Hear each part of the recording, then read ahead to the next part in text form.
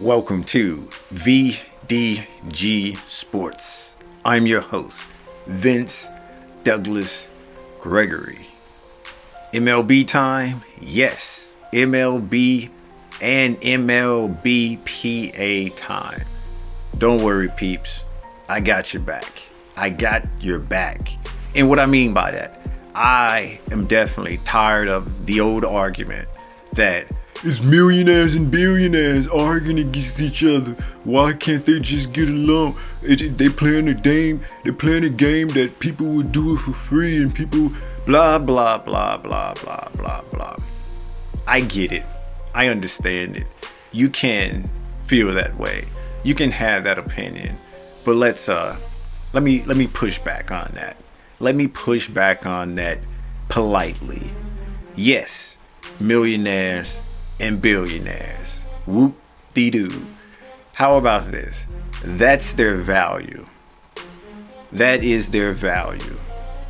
You may not like it. You may not agree with it. You may think that other professions, other jobs, other industries should be getting paid more or should be valued more. I understand that. Just say that.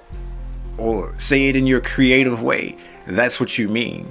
But to begrudge the fact that they are worth that, they are millionaires or billionaires, I don't know what else to tell you. That's their value. That is their value because of all the other things that they bring to the table, all the other things that can be built off of what they do. Yes, it's a kid's game, but who will pay advertisers? What advertisers would pay to promote a kid's game for multi-millions of dollars? What person would want to sit down and pay a good sum of money to watch a kid's game that wasn't good, that wasn't relevant, that didn't bring anything of value? In other words, while you may begrudge, you may dislike, you may do not like the fact that their value is millions or billions, but considering how everything else is built off of that, considering how everything else can be monetized from that, I ask you, how many just regular people can get together and play a game and bring in those views, bring in those dollars? So not only they are worth that, they bring in money and cash flow as well. Would you go to a tavern? Would you go to another establishment just to watch them play, just to watch them do what they do? And the billionaires have to fund it. The billionaires have to make sure that the product that they're putting out there, which is a form of entertainment, has to have some kind of value. And if it doesn't have the right balance, people don't go. People don't show. The value drops. The advertising's not there. The people don't go to the games. The people don't show up. So if they aren't necessarily doing their job at least mediocre, it'll be just like us going out there and playing the kids' game with nobody watching, or nobody caring, or nobody wanting to back it and put money on it. And then the betting aspect, which if you're better, good for you. I'm not a bettor. But even that,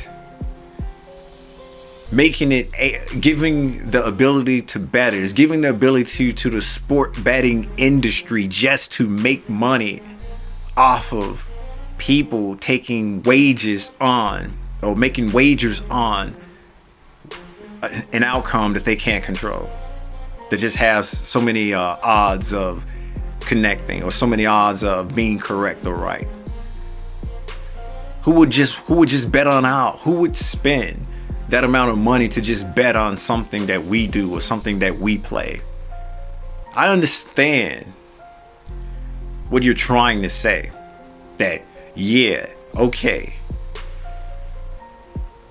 billionaire, millionaire, they're maybe not worth it.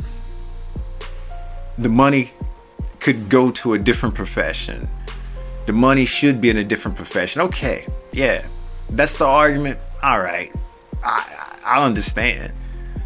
But to go as far as saying that they are greedy just because that's their value, or to go as far as saying that they are doing something that the rest of us wouldn't do by arguing or having differences, well,